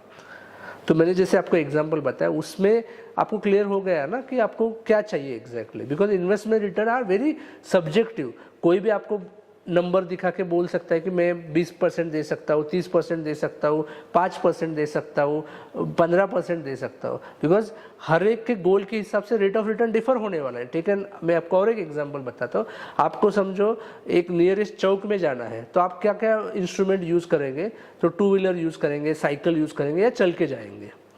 आप वही एक लॉन्ग जाना है आपको, एक चौक से लेके एक सिटी से दूसरे सिटी में, आप क्या यूज़ करोगे, आप 2 व्हीलर यूज़ करेंगे, 4 व्हीलर यूज़ करेंगे, या एरोप्लेन यूज़ करेंगे, या ट्रेन यूज़ करेंगे। समझ में आया? आप एक कंट्री से दूसरे कंट्री में जा रहे हैं, तो आपको क्या यूज़ करना पड़ेगा, आपको प्लेन ही यूज़ करना पड़ेगा। तो हर एक गोल का व्हीकल अलग अलग होगा। व्हीकल जैसे हमने पहले डिस्कस किया, डिपॉजिट व्हीकल है, या कमोडिटी व्हीकल है, या इक्विटी व्हीकल है, या रियल एस्टेट व्हीकल है, वो व्हीकल का रेट ऑफ इंटरेस्ट अलग है, स्पीड अलग है, रिस्क अलग है, उस हिसाब से वो सिलेक्शन करना चाहिए। तो जो भी आपको लोग बोलते हैं कि मुझे 20% रिटर्न दे दो, 30% रिटर्न दे दो, ये इस लाइक मृगजड़, और वो आपको फेलेसी है, वो रॉन्ग फेलेसी है। जो आपको कोई बोलता है कि मैं इतना टका गारंटेड रिटर्न दूंगा, गलत है। कोई आज के डेट में लीगली सेबी रजिस्टर्ड एडवाइजर्स और किसी को भी गारंटेड रिटर्न बताना एक्सेप्ट फिक्स डिपॉजिट्स अलाउड नहीं है। ओके, तो आप हमेशा इंश्योर रहे कि जो भी आपको बोल रहा है it's a wrong message that giving you. तो हमेशा रेट ऑफ रिटर्न वो आपके गोल के हिसाब से चेंज होता रहेगा, ये हमेशा याद रखें। आप जब इक्विटी में इन्वेस्टमेंट करेगा तो ऑटोमेटिकली आपको रिटर्न बनेगा ही, but it is does not give a guarantee. आपको गारंटी नहीं है, वो लॉन्ग टर्म में रिटर्न बनता ही है, बिकॉज इक्विटी क्या है, बिजनेस है, तो इसलिए rate of interest plus inflation से ज़्यादा ही रेट बनता है, बिकॉज इट्स अ बिजनेस। तो आपको अंडरस्टैंड होना चाहिए। बट बिजनेस जो है ना, ऐसे लीनियर लाइन से नहीं चलता है, उसमें अप्स एंड डाउन्स होते हैं। How much you comfortable to this ups and downs, वो आपको समझना है। और आपको एक बार आपका रेट ऑफ रिटर्न कितना कमाना है आपके रिटायरमेंट गोल के लिए आपको समझ में आया ना, तो आपको क्या करना है, हर एक क्वार्टर हर एक ईयर में वो चेक करना है कि मैं बराबर चल रहा हूँ कि नहीं हो रहा है। समझो कम स्पीड हो रहा है आपके रेट ऑफ रिटर्न का, तो आपको कोर्स ऑफ मेजर एक्शन लेना है। आप ज़्यादा स्पीड से जाना है तो रिस्क कम करना है, उसको बोलते हैं रीबैलेंसिंग करना। तो ये सब चीज़ें पर्सनल फाइनेंस में आती है, वो हम इन्वेस्टमेंट के प्रोसेस में हम अंडरस्टैंड करेंगे किस तरह से हम रीबैलेंसिंग करते हैं जिससे कि आपका गोल इंश्योर हो और गारंटीड से आपको उस टाइम पैसे मिले। अभी हम देखेंगे next financial process, that is realignment of your financial goals. अभी ये फाइनेंशियल गोल्स का रीअलाइनमेंट क्यों ज़रूरी है, बिकॉज हमने अभी देखा कि जब हमको आपका रिस्क टेकिंग एबिलिटी समझ में आया, आपका डिराइविंग द एक्सपेक्टेड रिटर्न समझ में आया, तो हमको समझ में आएगा कुछ गोल्स आपके लाइफ में अर्ली अचीव हो सकते हैं और कुछ आपको पोस्टपोन करना पड़ेगा। ओके, कुछ रीज़न की वजह से, जैसे कि हमने डिस्कस किया इन टर्म्स ऑफ आपकी रिस्क टेकिंग एबिलिटी के ऊपर, आपका डिराइविंग द एक्सपेक्टेड। तो ये realignment goal of your goals is very important. As a financial planner हम आपको एश्योरिटी देते हैं कि आपके गोल्स 100% अचीव होने चाहिए, गोल्स आपके 100% अचीव होने चाहिए। ओके, उसके लिए हम एक्शन लेते हैं। तो रीअलाइनमेंट मतलब आपको कोई गलत, मैं आपको गलत झांसे में नहीं रखना चाहता कि आपके सभी गोल अचीव होने वाले हैं, do what ever you do, ऐसा नहीं है। आपको जब फाइनेंशियल प्लान किया जाता है तो उसमें समझ में आता है क्लियरली कि आपके गोल्स, जैसे कि आपके बेटे का एजुकेशन है उसके लिए 1 करोड़ लगने वाला है, तो आपका जो सेविंग है, आपकी रिस्क टेकिंग एबिलिटी, उससे अचीव होगा कि नहीं होगा। तो मैं आपको अभी बता दूंगा कि वो सर गोल अचीव नहीं होगा। जैसे हमने एक एग्जांपल पुणे मुंबई का लिया था, आपको किसी ने बोला कि 1 घंटे में वो मीटिंग अटेंड करना है, तो आप क्या बोलोगे, ये पॉसिबल नहीं है 1 घंटे में 300 किलोमीटर रन करना। Same happen in the personal financial goals में, आपके गोल से कुछ अचीव होने वाले हैं तो वो होने वाले हैं, नहीं होने वाले तो नहीं होने, वो तो आपको एक फ्रंटली बताएंगे। ऐसे नहीं आपको झांसे में रखेंगे वो सब हो जाएगा sir, don't worry, it's not like that. We will clearly and with return आपको दिया जाएगा कि ये गोल्स पोस्टपोन करना पड़ेगा। पोस्टपोन कितने सालों के लिए करना पड़ेगा, 2 साल, 1 साल, 6 महीना, डिपेंड्स ऑन द आपके फाइनेंशियल चेकअप एक्शन होने में। तो this is one of the important steps of financial planning. तो अभी हम नेक्स्ट प्रोसेस में आते हैं जो है cash flow protection. What is mean by cash flow is a nothing but the insurance planning. Cash flow protection is very important because आपके family, if you are earning member, आपको जो cash आ रहा है उसमें कुछ चैलेंजेस नहीं आएंगे, ये इंश्योर करना है। तो चैलेंजेस कहाँ से आ सकते हैं आपकी लाइफ में, तो पहला बिगेस्ट चैलेंज है आपकी लाइफ को, तो लाइफ इशू कुछ हो जाता है, तो उसके लिए हम क्या कर सकते हैं। तो we advise you a term insurance और a life insurance product which is a suitable to you, understanding your requirements, आपकी लाइबिलिटीज़, आपके गोल्स। तो हम लाइफ इंश्योरेंस आपके लिए कितना चाहिए वो गाइड करते हैं। लाइफ इंश्योरेंस होने के बाद आपके पास हेल्थ इंश्योरेंस कितना है, इनफ है क्या, आप कौन से सिटी में रहते हैं। 250 प्रोडक्ट है लाइफ इंश्योरेंस में, आपके लिए कौन सा अच्छा है, आपको कैसे डिसाइड करेंगे आप, उसके लिए कंपैरेटिव एनालिसिस, हर साल प्रोडक्ट चेंज होता है, तो उस हिसाब से हम आपको एनालिसिस करके बेस्ट सूटेबल जो प्रोडक्ट है आपके हिसाब से, बिकॉज आपकी लाइफ अलग है आपके भाई के लाइफ के पॉइंट ऑफ व्यू से, तो हर एक की लाइफ अलग है, तो हर एक का प्रोडक्ट भी अलग है। आज मार्केट में हेल्थ इंश्योरेंस में 250 प्रोडक्ट है, which one is suitable for you, वो हम गाइड करते हैं। देन हम इंश्योरेंस करते हैं कि आप काम करते समय एक्सीडेंटली कुछ आपको हो जाता है, तो एक्सीडेंटल आपका इनकम स्टॉप हो जाता है, बराबर, तो आपके EMIs, आपके खर्चे स्टॉप हो जाते हैं। देयर आर पॉलिसीज आपका इनकम प्रोटेक्ट करते हैं, जैसे कि आप एक्सीडेंटली 6 महीने नहीं गए तो आपको पर्सनल एक्सीडेंटल पॉलिसी आपको 6 महीने का आपका जो ऑन पेपर इनकम है ITR के हिसाब से उतना पर मंथ इनकम आपको 2 साल तक देती है। आप एक्सीडेंटली जो काम कर रहे हैं वो नहीं कर पाए, वो कोई भी हो सकता है, आपका हाथ टूट गया, आपका पैर टूट गया, आप प्रोफेसर हो, आप बोल नहीं सकते हो, तो ये सब चीज़ें उसमें कवर होती है। और वो पॉलिसीज़ नॉर्मली 2 से 5 हज़ार रुपये तक रहती है, बट आज तक हमको किसी ने एडवाइस नहीं किया because it's a come premium वाली पॉलिसी रहती है, तो हमारे पास पहुँचती ही नहीं है। वी एडवाइस बिकॉज हमको पता है कि आपने प्रोटेक्शन नहीं लिया proper, life insurance, health insurance या एक्सीडेंटल इंश्योरेंस, तो आपका पूरा सेविंग इस रीज़न की वजह से जा सकता है और आपके गोल्स हैम्पर हो सकते हैं। इसीलिए हम कैश फ्लो प्रोटेक्शन आपको एडवाइस देते हैं। तो उसमें आपके घर का इंश्योरेंस आया, प्रॉपर्टी इंश्योरेंस, जो 1 करोड़ का प्रॉपर्टी का इंश्योरेंस 2 या 3 हज़ार में मिलता है, आपको पता नहीं है, हम लेते नहीं हैं, सिर्फ लोन लेते समय लेते हैं, बाद में लेते नहीं, उसके कुछ नेचुरल कैलेमिटी आ जाता है, थेफ्ट होता है या चोरी हो जाती है या आग लग जाती है, उसके बाद ही हम बोलते हैं कि यार इंश्योरेंस लेना चाहिए। छोटे छोटे इंश्योरेंस है, ज़रूरत नहीं है, बट आपने लिया तो उसका हेल्प हो सकता है। और इंश्योरेंस ऐसी चीज़ है कि आपको जब ज़रूरत नहीं है तभी लेना है, बिकॉज आपको जब ज़रूरत रहेगी कोई आपको नहीं देगा। So this is a importance of having a cash flow protection. So इसलिए हमने बोला है इस कॉन्सेप्ट को कैश फ्लो प्रोटेक्शन। सो आपको आने वाला कैश प्रोटेक्ट करना चाहिए। तो आप प्रोफेशनल हो तो प्रोफेशनल इंडेमिनिटी इंश्योरेंस भी मिलते हैं, वो भी होने चाहिए। तो इस तरह से आपका 360 इंश्योरेंस प्लानिंग भी हम इंश्योर करते हैं कि वो एग्जीक्यूट करे, because there are many terms and condition in the policies. We normally just sign, don't look the product, just say buy the product online or an agent or a different person.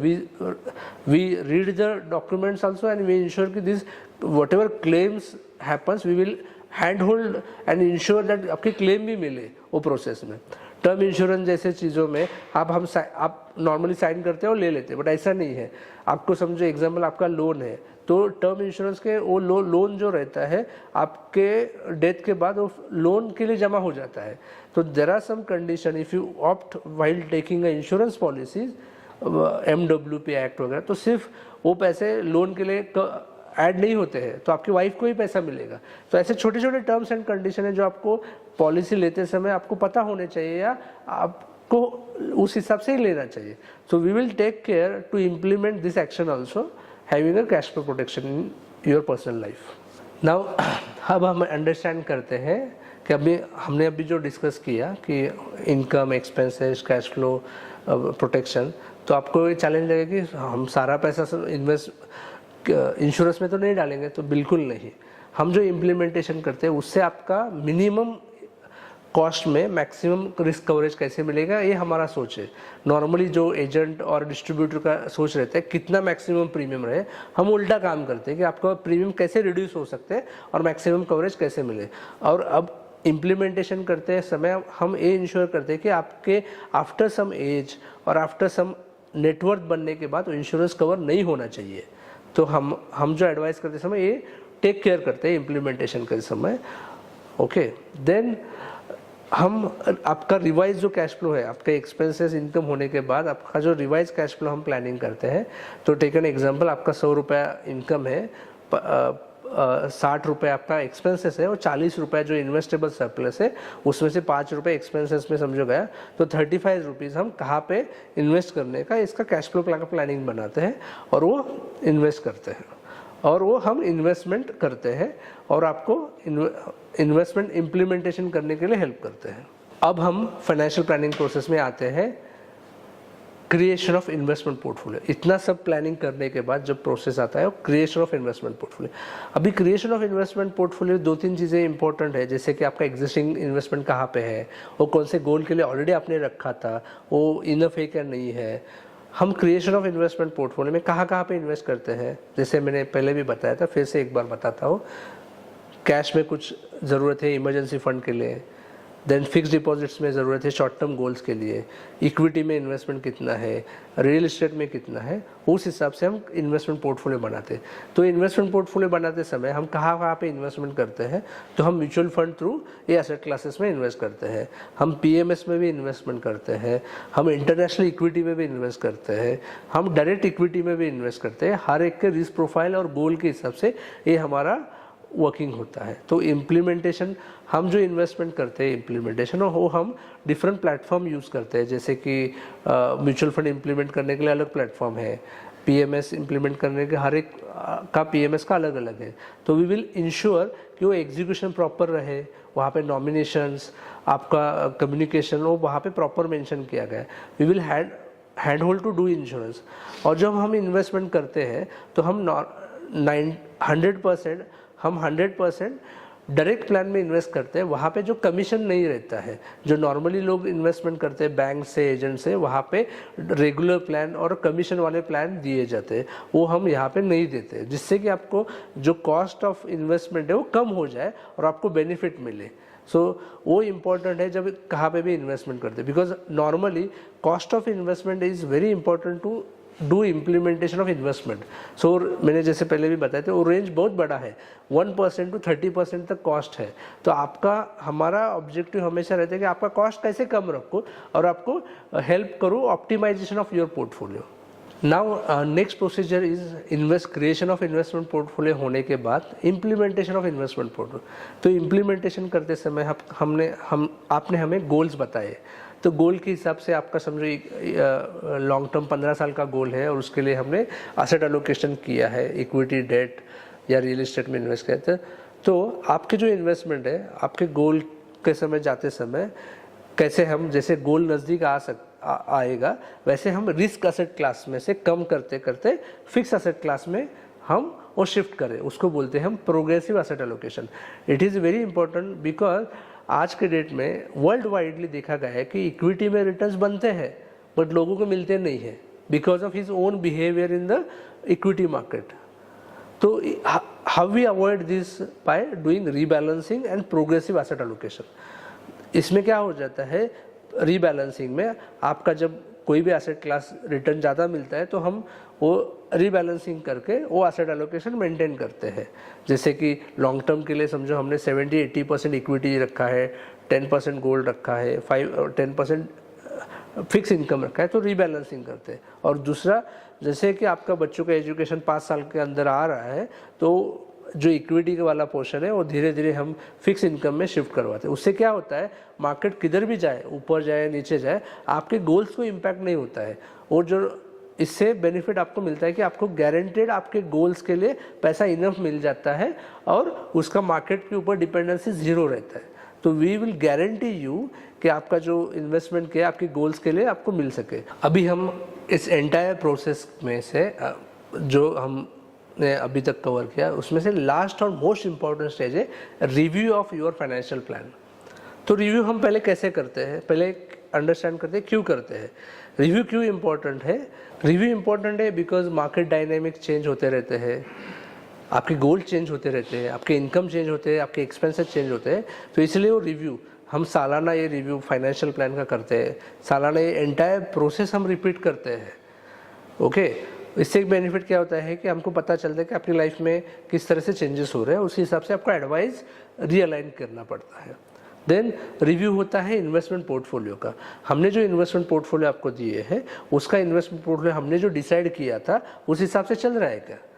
तो एक example लेते हैं, हमने derive किया कि आपके goals के लिए 12% रिटर्न चाहिए लॉन्ग टर्म गोल के लिए, तो 12% वो पोर्टफोलियो का आ रहा है क्या जिस एसेट क्लास में हमने इन्वेस्ट किया है, जैसे कि फिक्स इनकम में किया है, इक्विटी में किया है, हम वो चेक करते हैं। और वो चेक करने का प्रोसीजर और रिव्यू में होता है। नॉर्मली हमने जो इन्वेस्टमेंट पोर्टफोलियो डिफरेंट रिकमेंड किए हैं डिफरेंट गोल के लिए, डिफरेंट रिस्क प्रोफाइल के हिसाब से, वो हमारा इन्वेस्टमेंट रिटर्न हर एक एसेट क्लास का डिफरेंट रहा है। और ये एसेट क्लास स्टार्ट होता है, समझो इक्विटी में हम लॉन्ग टर्म के लिए इक्विटी एडवाइस किया है एग्रेसिव प्रोफाइल के लिए, तो रेट ऑफ रिटर्न जो मिला है वो 15% to 30% तक मिले हैं रिटर्न्स। समझो शॉर्ट टर्म के लिए गोल है और एग्रेसिव पर्सन है, वो रिटर्न्स मिले हैं फ्रॉम 10% to 15% तक मिले हैं। तो इस हिसाब से risk profile and return change regular basis. तो अभी हमने देखा कि रिव्यू किस तरह से इम्पोर्टेंट है और review helps you to track on right path what we have decided.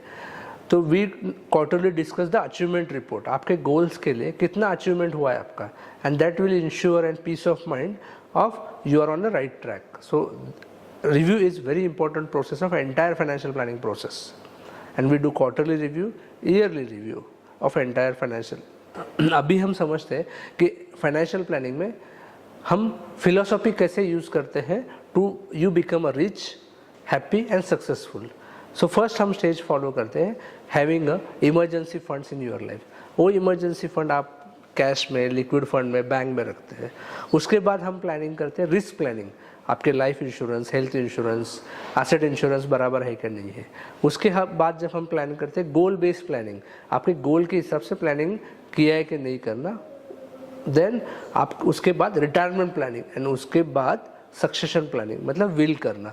तो वी विल इंश्योर आपका विल भी एग्जीक्यूट करे over the period of financial planning journey. If you follow these steps in your life, you become a rich, happy and successful, and that is the purpose of our organization, to serve 5 crore families to become a rich, happy and successful in life. This pyramid ensure you become a rich, happy and successful. तो ये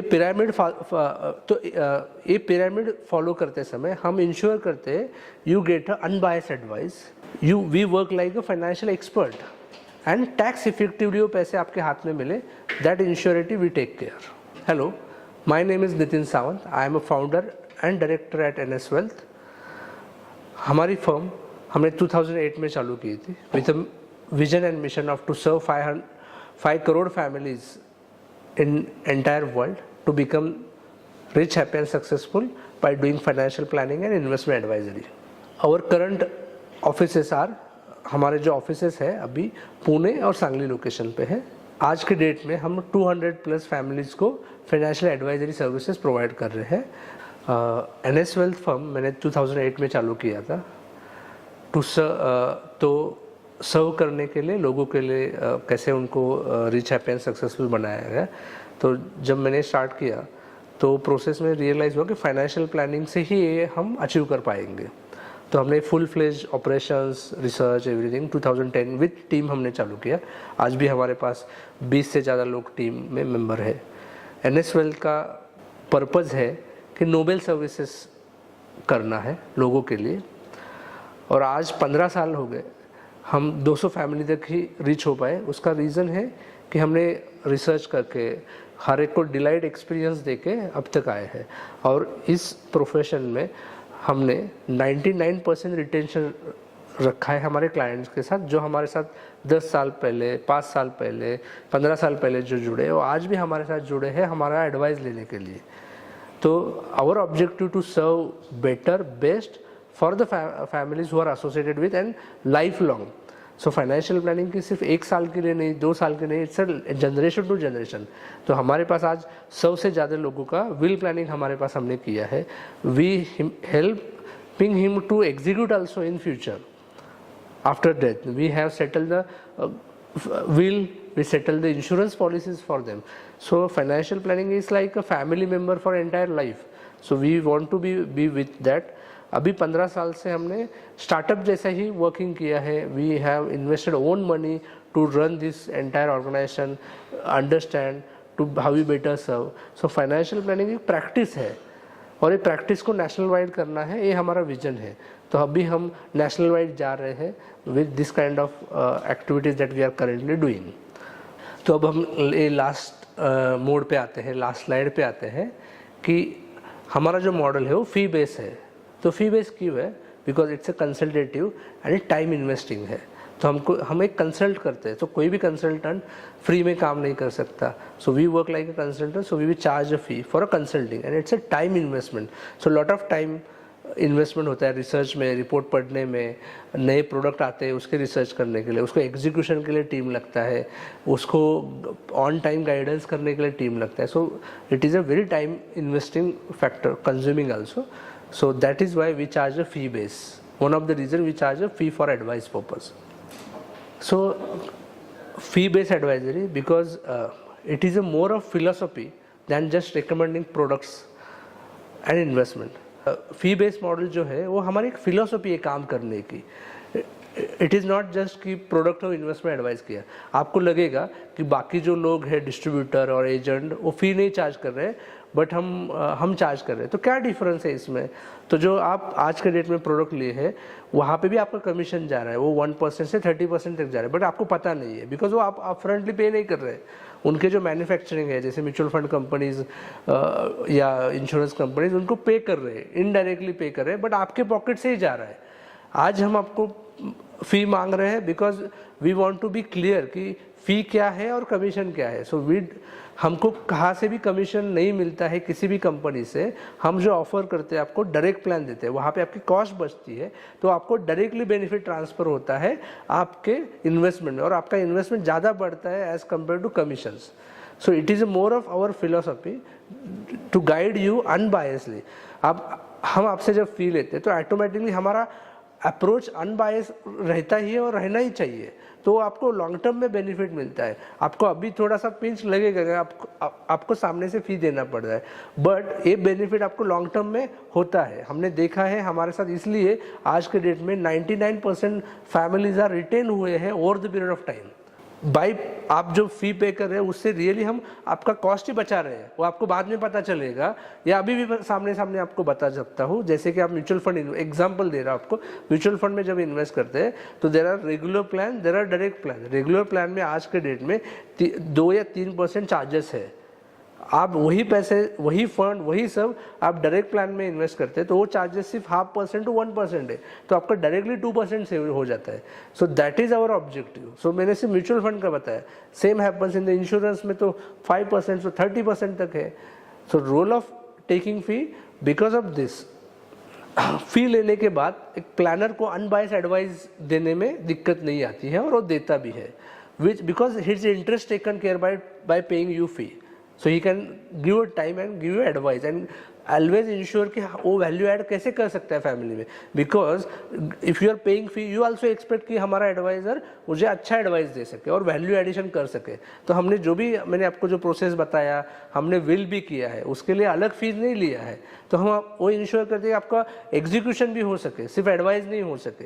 तो हम जो charges लेते हैं, it's not only making a financial plan, it's also implementation, handhold, research continue, monitor continue, it is everything is covered. So research वो plan में रहेगा, रिसर्च वो रीबैलेंसिंग करते समय रहेगा, टैक्स हार्वेस्टिंग करते समय रहेगा, रिटर्न फाइल करना भी उसमें इंक्लूड है। सो ये सारी चीज़ें फी बेस में इंक्लूड हो जाती है, आपका जो फाइनेंशियल प्लानिंग हम आपको देते हैं। मैं एक बार फिर से रिपीट करता हूँ, इसमें क्या क्या कवर होगा आपके फाइनेंशियल प्लानिंग सर्विसेज में जो आप हमको फी पे करेंगे। उसमें गोल प्लानिंग कवर होगा, उसमें इमरजेंसी प्लानिंग कवर होगा, इसमें इन्वेस्टमेंट प्लानिंग कवर होगा, इसमें इंश्योरेंस प्लानिंग कवर होगा, इसमें टैक्स प्लानिंग कवर होगा, इसमें लोन प्लानिंग कवर होगा, इसमें आपका रिटायरमेंट प्लानिंग कवर होगा। ये सब चीज़ें आपको एक फी में आपको अवेलेबल होगी at a one shop unbiased way से। Financial planning is not a one time process, it's a entire life time. So fee पे करने से एक ट्रस्ट बिल्ड होता है both side, and that is most important benefit of having a professional relationship, having a most important जो आपके साथ professional relation long terms के लिए रहे, ट्रांसपेरेंसी के साथ। ये हमारा ऑब्जेक्टिव। हम डे वन से मैंने एक बिजनेस में हमेशा फोकस किया कि ट्रस्ट कैसे बन सके, और मुझे पता चल गया कि ट्रस्ट एक अनबायस्ड एडवाइस से बन सकता है, जहाँ पे कोई भी कॉन्फ्लिक्ट ऑफ इंटरेस्ट नहीं, जहाँ पे कोई बायस अप्रोच नहीं, वही ट्रस्ट बन सकता है। वो we want to be your trusted life partner for entire life. So now we come to the benefits of having a financial planning with NS Wealth। The biggest and first benefit of having financial planning with NS Wealth कि be educate and aware about financial matters. Normally हमें जो advice दिया जाता है ना, वो कैसे होता है, आप ले लो सर ब्लाइंडली, या कुछ आधे अधूरे बारे में, उस प्रोडक्ट के बारे में इंफॉर्मेशन देकर। तो हम आपको क्या करते हैं, पहले एजुकेट करते हैं, अवेयर करते हैं, फिर वो एडवाइस एग्जीक्यूट करते हैं या बताते हैं। तो हमारे साथ आप जुड़े रहोगे तो जब भी आप डिसीजन लेंगे तब हम आपको एजुकेट करेंगे, हम आपको अवेयर करेंगे about financial all matters are discussed in our advisories. So that is one of the biggest benefit of having associated with NS Wealth. दूसरा बेनिफिट है to you increase the probability of achieving financial goals. आज जब आप proper financial plan नहीं करेंगे तो probability of achieving goals is hardly 5 to 10%, but आप planning करेंगे, रिव्यू करेंगे तो प्रोबेबिलिटी 80 to 100% तक जाती है। सो हम जो प्रोसेस हमने डिस्कस किया, उस डिस्कस के साथ आपकी प्रोबेबिलिटी ऑफ अचीविंग गोल्स बढ़ जाती है। हम इंश्योर करते हैं आपका जो कैश फ्लो है उस पर कंट्रोल आ सके।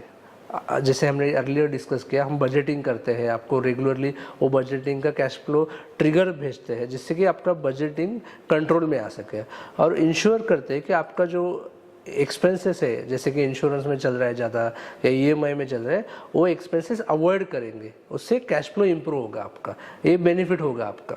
Then one of the benefit of create a structured investment portfolio with appropriate risk. आप तो इन्वेस्टमेंट पोर्टफोलियो बनाएंगे, but structured investment portfolio with appropriate risk with financial planner ही बन सकता है। बिकॉज इन्वेस्टमेंट करते समय हमारा जो इमोशन आता है, हम रिस्क ज़्यादा लेते हैं या कम लेते हैं, ये हम अवॉइड करते हैं by understanding your all the details that we discussed in the last communication. So appropriate risk is very important. One more benefit is protect irrational financial decision. हमारे लाइफ में ना बहुत जन आते हैं, ये लीजिए, ये अच्छा है, ये अच्छा है, बैंकर आता है, फ्रेंड आता है, बट आपके लिए वो डिसीजन लेते समय ये सच में आपके लिए ये अच्छा है नहीं है, वो आपके लाइफ में आपको टाइम नहीं है, आपको उतना डेप्थ नॉलेज नहीं है, वो अनबायसली रिसर्च करने के लिए हम आपके पास बैठे हैं। तो आपको कोई भी प्रोडक्ट सेल करता है, आता है या दिखाने आता है, तो आपके पास रिसर्च, हम आपको रिसर्च करके बताएंगे कि ये प्रोडक्ट लेना चाहिए या नहीं लेना चाहिए। वी इंश्योर कि you avoid a mistakes that you may be taken in further life. So that is one of the biggest having associated with NS Wealth. आप जब हमेशा फाइनेंशियल प्लानिंग करते हैं तो आप खुद का प्लानिंग प्रॉपर करने के बाद आप नेक्स्ट जनरेशन को भी अच्छी तरह से गाइड कर सकते हैं। आपने खुद अच्छा नहीं प्लानिंग किया तो आप नेक्स्ट जनरेशन को नहीं गाइड करे हुए। तो आप एक फाइनेंशियल प्लानर के साथ जुड़ने से एक बेनिफिट होता है कि आप भी खुद अच्छा करते हो और नेक्स्ट जनरेशन को एक सेट अच्छा एग्जाम्पल भी करते हो। That is one of the benefit of financial planner. One more benefit to financial planning with NS Wealth, have a single point of coordination for all personal financial advisory services. तो आपको normally जो scattered form में advice मिलता है वो नहीं मिलेगा। आप सिंगल हैंडेड, सिंगल पर्सन के पास, सिंगल फर्म के पास आपको एसोसिएटेड एडवाइस मिलेगा, जो नॉर्मली स्कैटर्ड फॉर्म में मिलता है। लोग बैंकर अलग देता है, एजेंट अलग देता है, पोस्ट ऑफिस में अलग देता है। सो आपको एक एक्सपर्ट से आपको इंश्योर रहे कि आपका जो एडवाइस मिल रहा है तो बराबर है और लॉन्ग टर्म के लिए अच्छा है। बिकॉज हमारे पास आज के डेट में नॉलेज भी है, एक्सपीरियंस भी है, जो इस प्रोफेशन में ज़रूरी है एडवाइस करने के लिए। One more benefits to associated with NS Wealth, we have a certified financial planning team, we have a SEBI register licence. हमारे पास खुद का टेक है, टेक कंपनी है, जिससे कि आपको जो सर्विस दी जा रही है वो इंश्योर करती है कि वो ऑन टाइम रहे, मॉनिटर होए, हर एक टास्क कंप्लीट हो सके, रिकॉर्डेड रहे, which give a personalise advice. और 360 वे से आप एक जगह पे पूरा आपका नेटवर्क देख सकते हैं, आपके जो गोल के हिसाब से अचीवमेंट देख सकते हैं। ये सब चीज़ें आपको सिंगल प्लेटफॉर्म आपको हमारे साथ जो अवेलेबल है वहाँ पे आप मॉनिटर कर सकते हैं। So we want to be high tech plus high touch, so that which help you to give a good experience and great experience associated with us. तो high tech and high touch के साथ आपको ज़्यादा experience हम दे सकते हैं आपके personal life में। हमारे पास टीम है फाइनेंशियल प्लानिंग। आपने देखा होगा बहुत सारे लोग इंडिविजुअली काम करते हैं, वो जाने के बाद वो पूरा फैमिली टॉस पे चला जाता है। तो ऐसा नहीं है, हमारे पास डिफरेंट डिपार्टमेंट है, डिफरेंट एडवाइजरी टीम है, जो हर एक टास्क अलग अलग तरह से करते हैं और एक्सपर्टीज़ है। ऐसा नहीं कि डॉक्टर ही सभी चीज़ें, नर्सिंग का भी काम कर रहा है। डॉक्टर जैसे प्रोफेशन में एक डॉक्टर जैसे नर्स रहता है, डॉक्टर रहता है, असिस्टेंट डॉक्टर रहता है। इस तरह से हमने पूरा एक ऑर्गेनाइजेशन सेटअप किया है हमारे कंपनी में। तो हमारे पास ऑनबोर्डिंग टीम है जो आपके साथ डेटा कलेक्शन करेंगे, हमारे पास प्लानर है जो आपको एडवाइस में सिर्फ बताएंगे, हमारे पास एग्जीक्यूशन टीम है वो एग्जीक्यूशन करेगी, इससे कि आपको एक्सपीरियंस बेटर और बेस्ट मिले। और ये सब ट्रैक होगा with a tech platform that we have build in house. Over the period of 15 साल से हमने जो एक्सपीरियंस बनाया है उस पूरा एक्सपीरियंस वो टेक में इन्वेस्ट किया है, जिससे कि आपको एक लीनियर और बेस्ट एक्सपीरियंस आ जाए हमारे साथ जुड़ने का। And the last most important point to having a financial planner with NS Wealth, to develop healthy attitude towards money. Normally financial plan नहीं रहता है तो हमेशा हम ग्रीड के बारे में सोचता है, ज़्यादा पैसे चाहिए ऐसा सोचता है। एक बार आपको पैसा आप एक बार आपने फाइनेंशियल प्लान बनाया NS Wealth के साथ तो आपको क्लैरिटी मिल जाता है कि आपके लाइफ में गोल्स के लिए कितने पैसे चाहिए, कितना इनफ है, कितने सेविंग से ये गोल अचीव हो सकते हैं। तो डेफिनेटली एक पीस ऑफ माइंड आपको मिलता है and that is the biggest benefit to having a financial planner with NS Wealth at your life. चलो अब हम समझते हैं कि हमारा फीस क्या है। तो हमारा फीस फर्स्ट ईयर का है 45,000 प्लस GST, और सेकेंड ईयर ऑनवर्ड हमारा जो फीस है 18,000 और 1% ऑफ इन्वेस्टमेंट एडवाइस जो मॉनिटर कर रहे हैं हम उसका। थर्ड, हम जो आपको एडवाइस दे रहे हैं, आप ऑनबोर्ड करने के बाद 90 डेज़ में आपको हमारे साथ जो एक्सपीरियंस आता है वो एक्सपीरियंस आपको अच्छा नहीं लगता है तो आपको वो 45,000 फीस और जो भी आपने फीस दिया है वो आपको रिफंड दिया जाएगा। No question will be asked. Thank you very much. For listening this and आपको अभी इम्पोर्टेंस समझ में आ गया फाइनेंशियल प्लानिंग का, और एक्शन ज़रूर लीजिए, बिकॉज एक्शन नहीं लिया तो इम्प्लीमेंटेशन नहीं होगा। और एक्शन लेने के लिए हमारे पास इस वीडियो के बिलो लिंक है, उसमें कनेक्ट कीजिए और हमारी वेबसाइट में जा सकते हैं आप, जो वेबसाइट है nswealth.in।